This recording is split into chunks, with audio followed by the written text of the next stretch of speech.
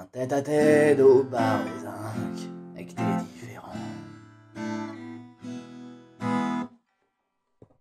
Alors, je me demandais ce qui te plaît dans l'idée de filmer finalement, et plus que de faire autre chose. Qu'est-ce qui te plaît là-dedans? C'est le. Je sais pas, qu'est-ce qui te plaît? Pourquoi t'aimes bien? Alors moi ça va être le moment très sérieux et après promis je referai des vannes sur le porn et tout.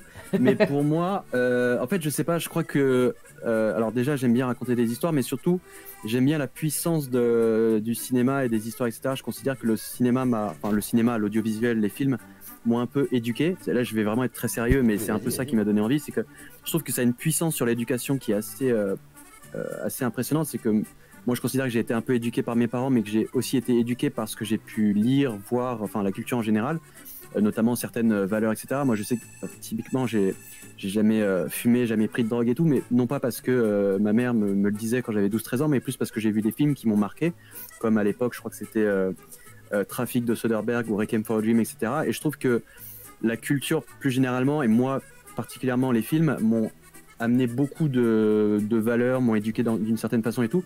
Et je trouve que c'est trop cool par ce biais-là, qui est un peu divertissant à la base, de pouvoir amener, de raconter des histoires. Et puis le nombre de fois où tu es un peu en bad et tu vas dans une salle de ciné, t'en sors, t'as envie de reprendre ta vie en main, etc. Ouais. Je trouve ça un peu trop cool cette puissance et c'est ça qui m'a donné envie de raconter des histoires.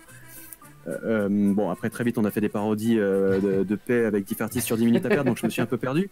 Mais à la base, l'idée c'est ça, c'était de raconter des histoires, essayer de je sais pas, de faire voyager un peu, de déconnecter un peu avec la réalité qu'on avait. Et puis après, j'aime beaucoup aussi l'image, l'esthétique de l'image et tout, donc forcément, je me suis dit, je vais lier un peu cette envie de raconter des histoires avec la vidéo, parce que c'est vraiment mon truc. Sinon, j'aurais pu écrire des histoires. J'avais écrit des trucs un peu nuls à l'époque, mais Bon, un peu nul. voilà comment ça a débuté, l'envie de raconter des histoires, je pense. D'accord, en image, parce que c'est un bon moyen. Voilà, et de faire rire ses potes. Ça, c'est bien aussi. Et justement, j'avais une question, une question de tête à tête, comme j'aime à l'appeler, c'est un peu les yeux dans les yeux, un truc un peu un dilemme. Si on te paye, alors je connais pas trop les prix et tout ça, mais si on te paye genre 500 000 euros pour réaliser un film, mais que tu trouves vraiment pourri, mais vraiment merdique, tu le lis, tu dis putain, c'est vraiment une chiasse, genre, je sais pas ce que tu trouves chiasseux, mais genre, qu'est-ce qu'on a fait au bon Dieu 3, un truc où tu sais que c'est insauvable à la réal, quoi. Tu pourras pas en faire un truc bien. Mais tu vas te prendre un gros chécos, il y aura ton nom, un truc qui sort au ciné, et tu seras associé à ça.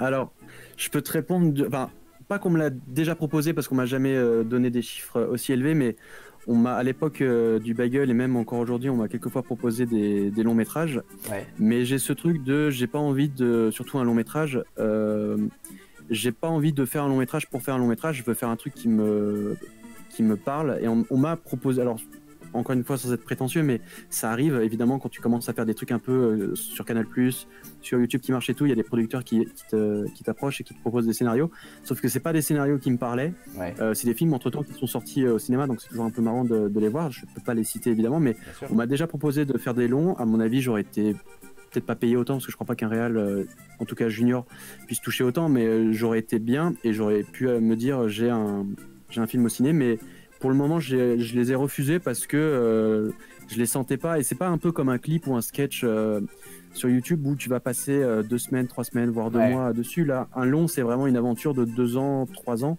Et c'est un truc où je me disais, il faut que dans 1 an, 2 ans, j'ai encore envie de le faire.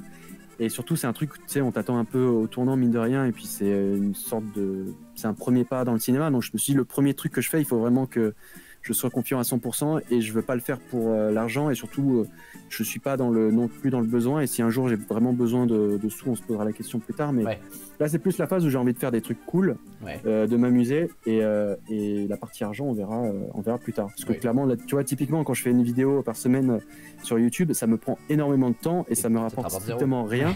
Voilà, mais je le fais pas pour l'argent. Le livre aussi, tu vois, c'est les pourcentages, les parts sur les livres sont vraiment ridicules.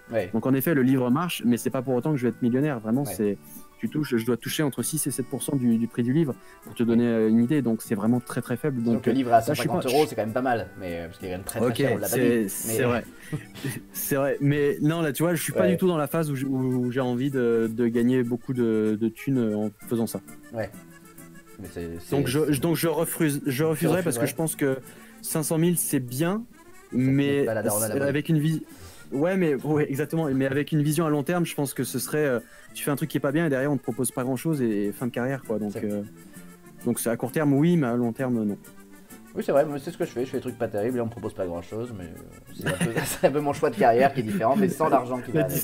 La discussion qui devient ultra badante. C'est vrai, c'est vraiment tout ce que je fais. La remise en question.